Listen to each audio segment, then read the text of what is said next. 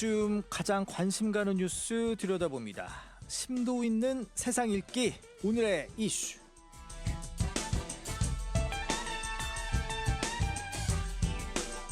네, 오늘 월요일이죠. 정치권 소식 알아보겠습니다.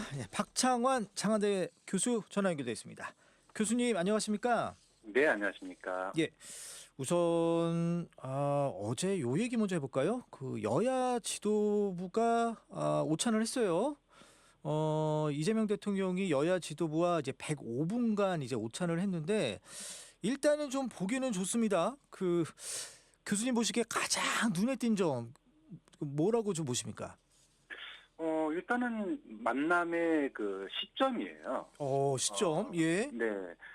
이재명 정부가 출범하고 나서 뭐 이제 아직 3주도 되지 않은 그런 상황인데 예.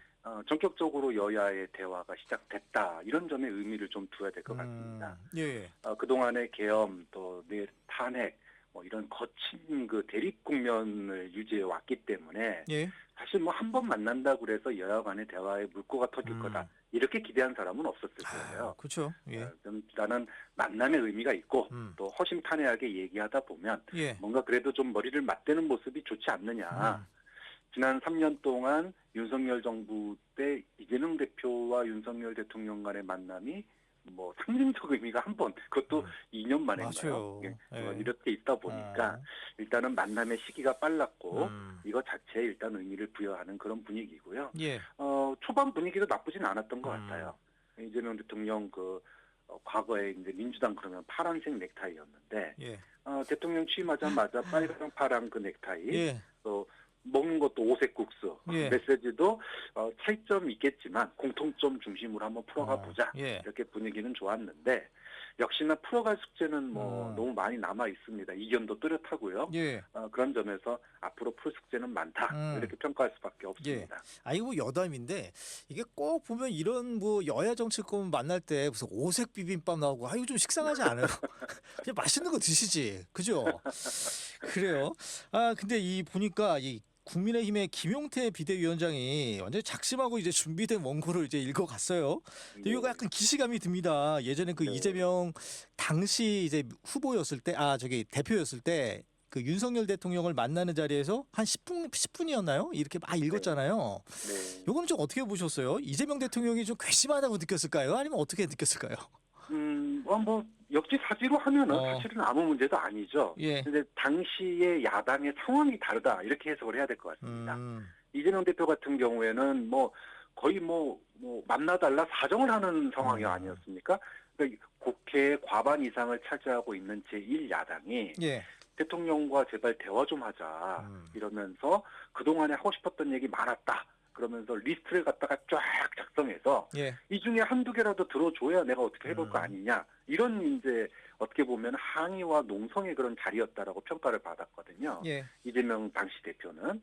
근데 지금 이제 야당은 어떠냐.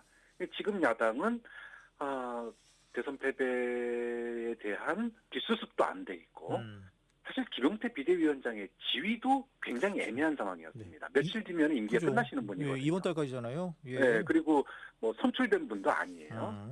그리고 하지만은 또 당내에서는 쇄신을 주도하고 있지만 주도권을 가지고 있지 않은 이런 애매한 상황에서 이재명 대통령에 대해서 쓴소리를 리스트를 쫙 적어왔는데 글쎄요, 이재명 대통령 입장에서는 뭐 역지사지도 느꼈겠지만 그게 과연 위협적으로 들렸을까? 귀엽게 이런 생각을 해볼 수가 있죠. 예, 그래요. 알겠습니다. 근데 이제 앞서 이게 교수님께서 그런 말씀하셨잖아요. 만남 자체는 좋지만 풀어갈 숙제가 이제 많다라고 하셨는데 그 풀어갈 숙제 중에 하나가 바로 김민석 국무총리 후보자 인준 문제일 것 같아요. 네. 뭐 김민석 후보자에 대한 이제 논란들, 뭐 쪼개기 후원금 의혹, 뭐 아빠 찬스 논란, 그리고 최근에는 칭화대 논란, 요게 또 많이 또 불거지고 있는데. 여튼 뭐 청문회는 그 내일이죠. 24, 25 이틀간 개최가 됩니다. 청문회 관전 포인트라고 할까요? 교수님 보시기에 이 김민석 후보자에 대한 여러 의혹 가운데 좀 가장 뭐가 문제가 있다고 보세요? 역시나 뭐 야당에서 가장 많이 제기했던 문제는 재산 문제죠. 예. 근데 뭐 문제가 없는 후보를 찾기는 사실은 쉽지는 않습니다. 네. 그럼 이제 과거의 전례에 비추어서 상대적으로 좀 국민 눈높이에 너무 벗어났냐, 아니냐, 이게 이제 관전 포인트일 텐데, 네. 3년 전에 이제 한덕수 총리와 비교가 될 수밖에 없어요. 이제 한덕수 전 총리가 후보자 시절에 가장 쟁점이 됐던 게 10년 동안 재산이 2배로 늘었다. 예. 이게 가장 큰 쟁점 포인트였고, 이게 이제 사실상 합법적인 로비, 즉 정관 예우 아니냐 이런 거였습니다. 예. 근데 이제 김민석 후보자 같은 경우에도 지금 해명이 안 되는 돈, 수억 원의 돈이 예. 이제 본인의 이제까지의 해명으로 뭐 결혼도 있었고 장례식도 있었고 또 뭐 여러 가지 이제 출판 기념회 이런 것들이 있어서 그런 예. 돈으로 해결했다 이렇게 얘기를 했지만 그에 대한 증빙이 부족한 건 사실이거든요. 예. 근데 이 부분을 국민들이 어떻게 볼 거냐? 역대 총리나 장관들의 통과된 총리나 장관들에 비교해서 상대적으로 이것이 명확한 불법이나 국민적인 어떤 여론에 상처를 줄 정도인가 예. 이 부분을 봐야 되는데 그런 점에서 보면은 여론조사를 좀 눈여겨볼 필요가 있어요. 예. 그러니까 지금 김민석 후보자가 이재명 대통령에 대한 국정 지지 기대율 뭐 예를 들어 70% 이렇게 많이 나왔지 않습니까? 예. 그런데 김민석 후보자는 49%의 평가를 받거든요. 이거를 잘 유지해 나가면 정면 돌파 가능한데 예. 문제는 49%보다 낮아진 결과가 나오면 그때는 이제 여당으로 민주당으로서는 이제 인사 부담이 쌓이기 시작한다 이렇게 평가가 나올 거예요. 예. 평가는 사실은 뭐 문제 없다고 그쵸. 봅니다. 수적으로 밀어붙이니까요. 예. 근데 문제는 이게 시작이고 앞으로 뭐 거의 두세 달에 거쳐서 인사청문회가 쭉 유지가 될 텐데 그때 이런 사례가 이제 몇 건 더 나오면 국정 지지율이 이제 떨어지기 시작하거든요. 예. 그래서 얼마나 그 49%를 잘 지키면서 통과를 시키느냐. 이게 향후 이재명 정부의 초기 지지율을 그나마 유지해갈 수 있느냐 아니면 예. 떨어지느냐. 이런 그 하나의 판단 기준이 되기 때문에 예. 청문회가 끝난 이후 청문회를 보고 난 여론조사 이 부분이 사실은 굉장히 관전 포인트가 될 거다 이렇게 봅니다. 예. 그러니까 요 49%라는 게 이재명 대통령이 당선됐을 때 그 수치를 아니요, 김민석 후보자에 대한 김민석 후보자에 대한 예.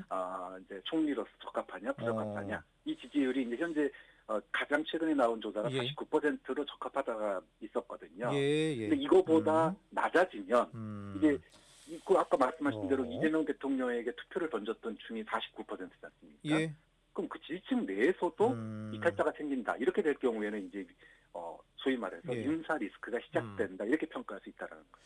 근데 교수님 또 일각에서는 그래도 이 초대 총리를 낙마시키는 게 오히려 더 파장이 더 크기 때문에 국민 여론이 안 좋아도 일단 정면 돌파하는 게 맞다라고 하는 게 약간 민주당 그 좀 지지자들이나 민주당 뭐 당원들 사이 좀 있는 것 같아요. 어떻게 보세요? 그렇죠. 그러니까 민주당 같은 경우에 앞서 말씀드렸지만 아니 3년 전에 한덕수 총리 후보자 논란 많았지만 심지어 뭐 부인이 기업에다가 그림을 팔아먹었네 뭐네 여러 가지 얘기가 있었지만 예. 그럼에도 불구하고 대승적으로 국정 발목을 잡지 않기 위해서 다수당인 민주당이 인준을 시켜줬다.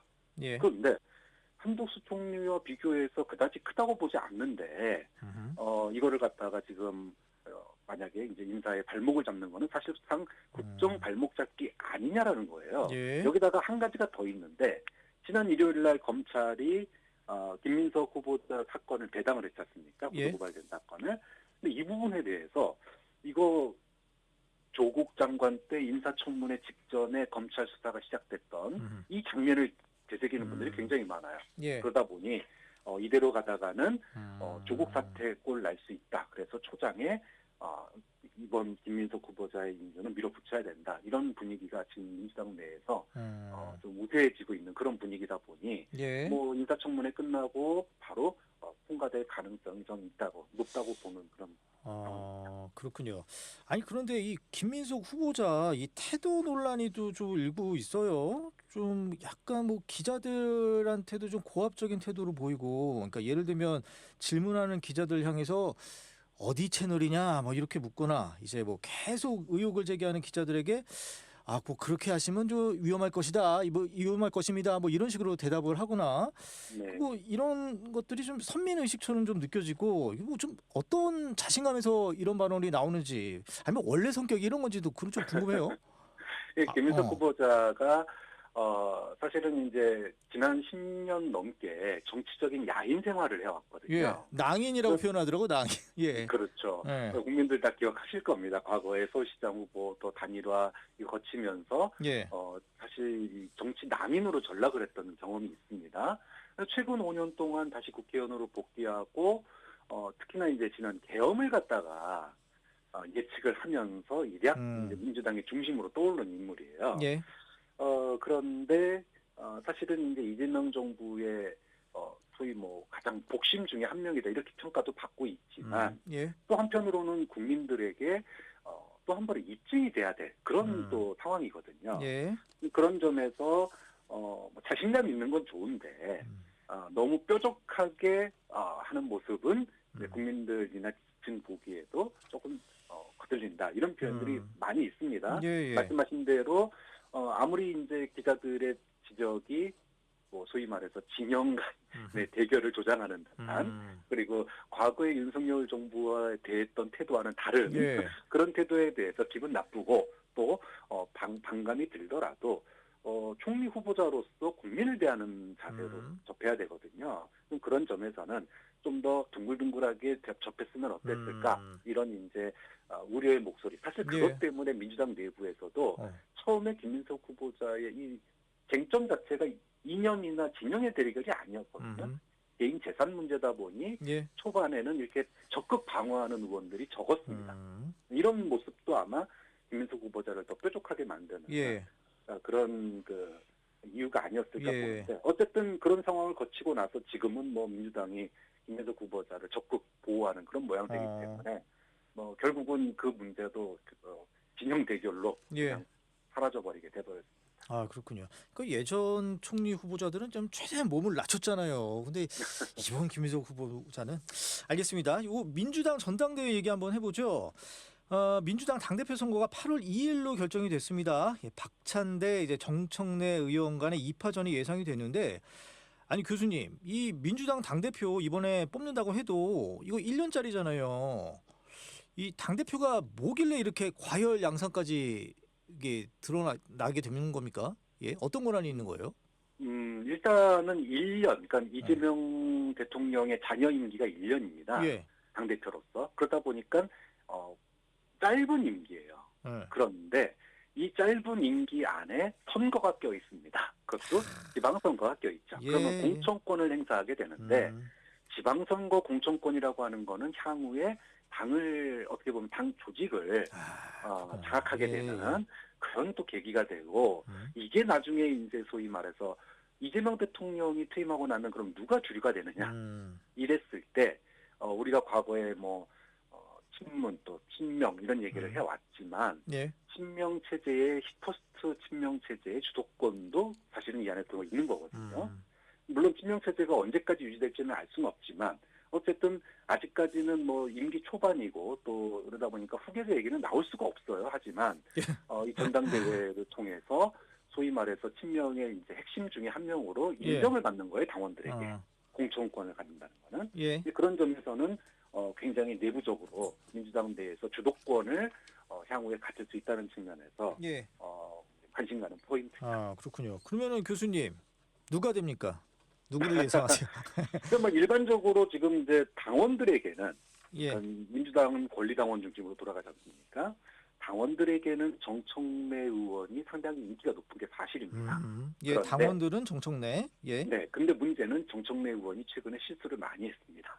어떤 실수했습니까? 일단은 이 법사위원장 자리를 덜컥 내놓고 전당대회에 뛰어들었다는 거예요. 그러니까 국민의힘이 옳다구나 법사위원장 우리 달라 대통령 만나도 법사위원장 총리 임준청문회도 법사위원장 모든 것에서 법사위 내놔라라고 때를 부리는데 민주당으로서는 정청래 위원장 이러면 안 됐다. 전략적 실패다. 이런 평가가 나오는 거죠. 국정 운영에 부담을 줬다는 겁니다. 두 번째는 이재명 대통령이 외국에 나간 순간에 이제 출마 선언을 했거든요.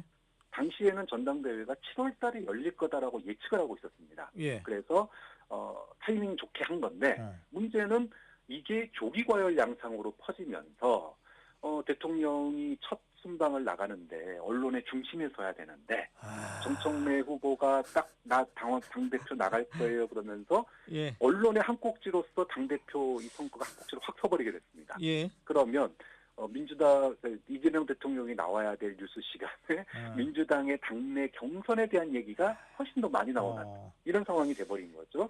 이러다 보니 예. 지금 이재명 정부의 성공을 위해서 똘똘 뭉쳐야 되는데 자기 정치하는 거 아니냐. 이게 여권 핵심부에서 나오는 불만이에요. 예. 결국은 그러다 보니 아까도 말씀드렸지만 당원들에게는 정청래 의원의 인기가 상당히 많았지만 예. 최근에 이런 실정 몇 가지 이제 실수들 이런 걸 가지고 이 박찬대 전 원내대표 측에서 예. 이재명 대통령과의 호흡 그리고 원팀 이런 거에 있어서는 내가 훨씬 더 낫다 이런 이제 분위기라 예. 지금으로서는 뭐 어느 쪽이 유리하다 이렇게 보기 어려운 형국으로 가고 있습니다. 알겠습니다. 요 관련해 가지고 또 한번 저희 교수님 또 견해 한번 들어보도록 하겠습니다. 여기까지 말씀 듣겠습니다. 네, 감사합니다. 네, 지금까지 박창환 장한대 교수였습니다.